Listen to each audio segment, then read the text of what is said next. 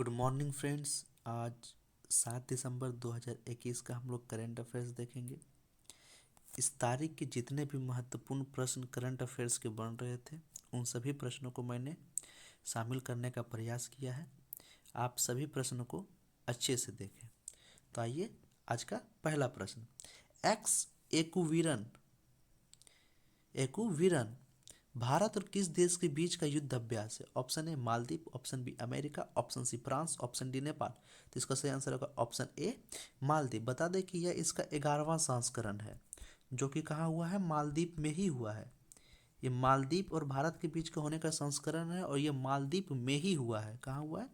मालदीव में। और अमेरिका के साथ वज्र प्रहार, फ्रांस के साथ एक्स डेजर्ट नाइट और नेपाल के साथ सूर्य किरण। अब अब मालदीव आया है तो आपको जानते हैं 8 डिग्री चैनल के द्वारा मालदीव और मिनिकॉय क्या होते हैं? अलग होते हैं। कितने डिग्री चैनल के द्वारा? 8 डिग्री चैनल के द्वारा। महापरिनिर्वाण दिवस कब मनाया जाता है? ऑप्शन ए 6 दिसंबर, ऑप्शन बी 3 दिसंबर, ऑप्शन सी 2 दिसंबर, ऑप्शन डी 1 दिसंबर। तो इसका सही आंसर होगा ऑप्शन ए 6 दिसंबर। आपको बता दें कि 6 दिसंबर को ही डॉक्टर राम जी अंबेडकर की जो है पुण्यतिथि है। तो इसी को महापरिनिर्वाण दिवस के रूप में मनाया जाता है। बता दें इनका जो समाधि स्थल वो चैत्य भूमि महाराष्ट्र में है। प्रारूप समिति के जो अध्यक्ष थे वो कौन थे? डॉक्टर भीमराव अंबेडकर, बाबा साहब भी इनको कहा जाता है। प्रेसिडेंटी स्टैंडर्ड प्रेसिडेंट स्टैंडर्ड से किस स्क्वाड्रन को राष्ट्रपति रामनाथ कोविंद ने सम्मानित किया? Option A 22 missiles vessel, option B 21 missile vessel, option C 19 missile vessel, option D 18 missile vessel. तो इसका सही आंसर होगा ऑप्शन ए 22 मिसाइल वेसल। बता दें कि यह इसे किलर स्क्वाड्रन भी कहा जाता है। क्या कहा जाता है? Killer squadron. इसे यूएसएसआर टेक्निक के द्वारा बनाया गया था। अभी यूएसएसआर टूट चुका है। निम्नलिखित में से कौन पहली भारतीय मिस ट्रांस ग्लोबल 2021 चुनी गई? जी हाँ, पहली भारतीय ट्रांस ग्लोब 2021। तो इसका सही आंसर होगा ऑप्शन ए श्रुति सितारा, जो है पहली भारतीय मिस ट्रांस ग्लोबल 2021 चुनी गई है। निम्नलिखित में से किस देश के बीच मैत्री दिवस मनाया गया? ऑप्शन ए भारत रूस, option B Bharat America, option C Bharat Bangladesh, option D Bharat Nepal. तो इसका सही आंसर होगा ऑप्शन सी भारत बांग्लादेश। आपको बता दें कि 6 दिसंबर को ही जो बांग्लादेश को आज़ाद होने से 10 दिन पहले भारत ने इसे एक देश के रूप में मान्यता दे दी थी और उसी दिन को जो है भारत और बांग्लादेश के बीच मैत्री दिवस मनाया जाता है।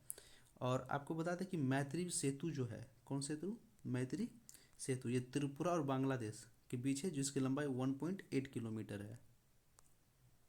हाल ही में भारत ने किस देश के साथ 2+2 मंत्री स्तरीय वार्ता शुरू किया? Option A Japan, option B Australia, option C संयुक्त राज्य अमेरिका, ऑप्शन डी रूस। तो इसका सही आंसर होगा ऑप्शन डी रूस। और आप ये भी ध्यान रखें कि पहला गैर क्वाड देश है। क्वाड देश में जो आपको बता दें 4 देश है। कौन कौन? भारत, जापान, ऑस्ट्रेलिया और संयुक्त राज्य अमेरिका। तो इसका सही आंसर होगा रूस। आपको बता दें कि इसमें 2 विज्ञापन पे समझौता हुआ। एक तो अमेठी में जो है असॉल्ट 205 AK राइफल का निर्माण किया जाएगा कि उसके रूस की सहायता से। निम्नलिखित में से किसने guarantee income cum life insurance शुरू किया? Option A Jeevan Bima Nigam, option B Bharatiya state bank, option C Bajaj Allianz life insurance, option D इनमें से सभी। तो इसका सही आंसर होगा ऑप्शन सी। कौन सी एयरलाइन वाणिज्यिक पैमाने पर उत्पादित सतत विमानन ईंधन का उपयोग करने वाली पहली एयरलाइन बनी?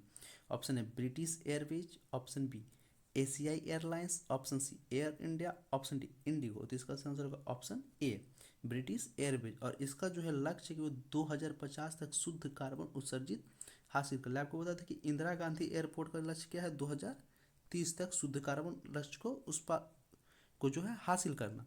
और जेवर एयरपोर्ट कहाँ है? उत्तर प्रदेश में, जो कि एशिया का दूसरा सबसे लार्जेस्ट एयरपोर्ट बनेगा।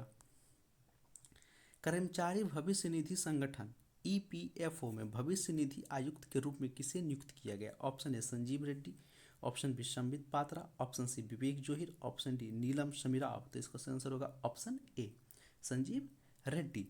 जबकि संजीव पात्रा कौन है, पर्यटन निगम में जो है इनको चुना गया अध्यक्ष के रूप में।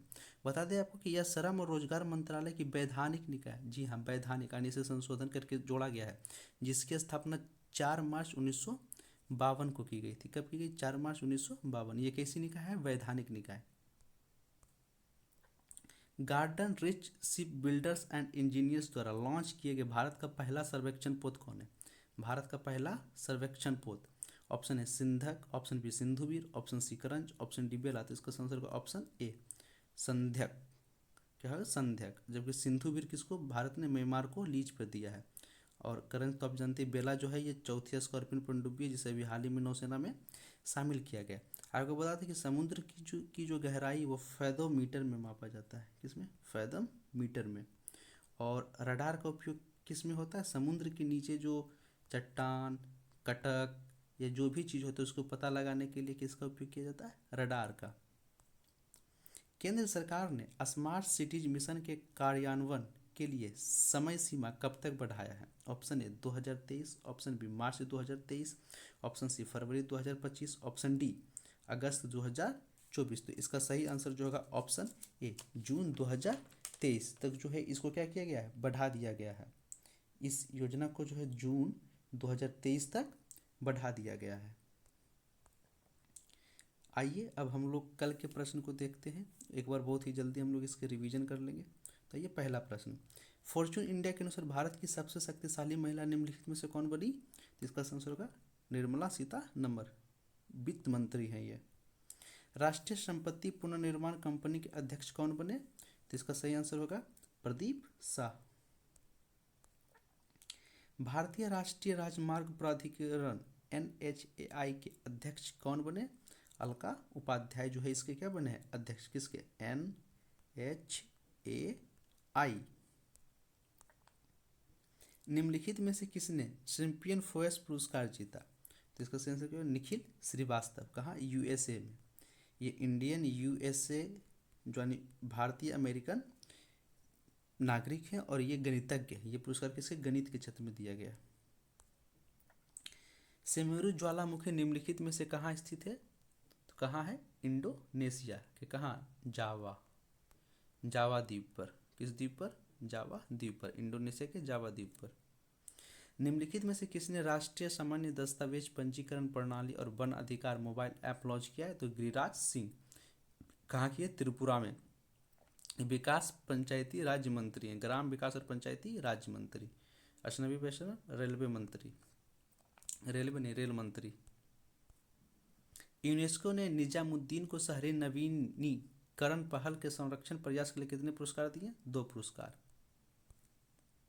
दिसंबर 2021 में आयोजित एशियाई युवा पैरा ओलंपिक खेलों में कशिश लकाड़ा ने कौन सा पदक जीता है। तो स्वर्ण पदक। ये इसका आयोजन कहाँ किया जा रहा है, बहरीन में किया गया है। कौन सा पदक जीते हैं, स्वर्ण पदक को जीते हैं। वॉल्ट डिज्नी की पहली महिला अध्यक्ष कौन बनी है। तो सुसान अर्नाल्ड। जबकि गीता गोपीनाथ IMF की पहली महिला डिप्टी मैनेजिंग डायरेक्टर। और निर्मला सीतारमण क्या है, ये भारत की सबसे शक्तिशाली महिला है, जो कि क्या है, वित्त मंत्री। IMF का मुख्यालय कहाँ है, न्यूयॉर्क। दिसंबर 2021 में कौन सा राज्य भारत में पहला पूर्ण रूप से कोविड-19 टीकाकरण वाला राज्य बना है। तो कौन बना, हिमाचल प्रदेश। जो है वो क्या बना, पूर्ण टीकाकरण राज्य युवाओं में, क्योंकि भी टीकाकरण जो युवाओं को ही ज़्यादा पड़ रहा है, तो युवाओं में। गोवा हर घर जल और रैबिज मुक्त राज्य है। उत्तराखंड पहली बाल नीति, जी नहीं, पहली खेल नीति। उत्तराखंड क्या है, पहली खेल नीति, पहली खेल नीति के लिए। असम का सर्वोच्च नागरिक पुरस्कार असम वैभव 2021 किसे दिया गया। तो रतन टाटा को। कौन सा, असम वैभव। जैसे कि भारत का सर्वोच्च नागरिक पुरस्कार कौन सा है, भारत रत्न। उसी तरह से ये असम राज्य का सर्वोच्च जो है नागरिक पुरस्कार है, असम वैभव। भारत सरकार ने 2025 तक कितने प्रधानमंत्री जन औषधि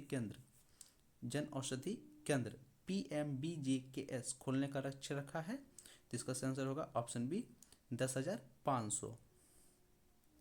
दिसंबर 2021 में अमेठी में केंद्र सरकार ने कितनी AK-203 असॉल्ट राइफल के उत्पादन की मंजूरी दी है। तो 5 लाख। और ये किसके साथ मिलकर उत्पादन करेगा? तो रूस। किसके साथ? रूस। अभी जो है व्लादिमीर पुतिन जो कि जो रूस के राष्ट्रपति हुए भारत के दौरे पर आए थे, तो उन्हीं के साथ क्या हुआ था? 2+2 डायलॉग, 2+2 डायलॉग भारत और रूस के बीच में हुआ था। ये जो है भारत और रूस के बीच का एक एनुअल समिट है जो हर एक साल होता है, एक साल भारत में तो एक साल रूस में। तो इस बार यह जो समिट है वो कहाँ हुआ है? भारत में। और आपको बता दें कि इससे पहले यानी आप ये कह सकते हैं कि 2020 में यह जो समिट नहीं हुआ था। क्यों नहीं हुआ था? कोविड-19 के कारण। और 2019 में हमारे जो प्रधानमंत्री हैं वो कहाँ गए थे? रूस। संसद की लोक लेखा समिति कौन सी वर्षगांठ मनाई है? तो 100। तो आज का वीडियो आपको कैसा लगा आप कमेंट सेक्शन में ज़रूर बताएं। अगर आप इस तरह के करंट अफेयर्स चाहते हैं तो आप इस चैनल को ज़रूर सब्सक्राइब करें। इसकी PDF को पाने के लिए हमारे टेलीग्राम चैनल करंट ऑनलाइन को ज्वाइन करें, जिसका लिंक डिस्क्रिप्शन बॉक्स में है। जय हिंद।